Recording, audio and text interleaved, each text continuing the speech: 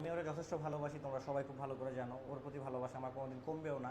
আমার কথা হচ্ছে যে যে নতুন আসছে তাকে নিয়েও ভালোবাসি, তাকে ভালোবেসে, আগের জনকে ভালোবেসে সবাইকে নিয়ে আমি হচ্ছে ভালো থাকি, এটাই হচ্ছে আমার মেইনলি ব্যাপার।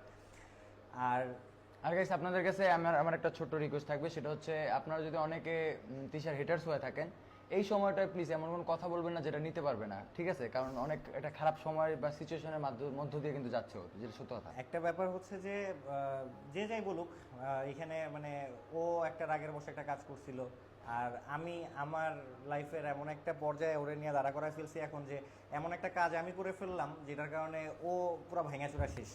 বাট ও নিজেরে জাস্ট একটা কথা বলে শক্ত রাখতেছে যে আমি অন্ততপক্ষে আলিশারে কখনো বাবা ছাড়া হইতে দেবো না। এই একটা কারণেই হচ্ছে কি ও কঠোরভাবে এখনো এখানে টিকে আছে।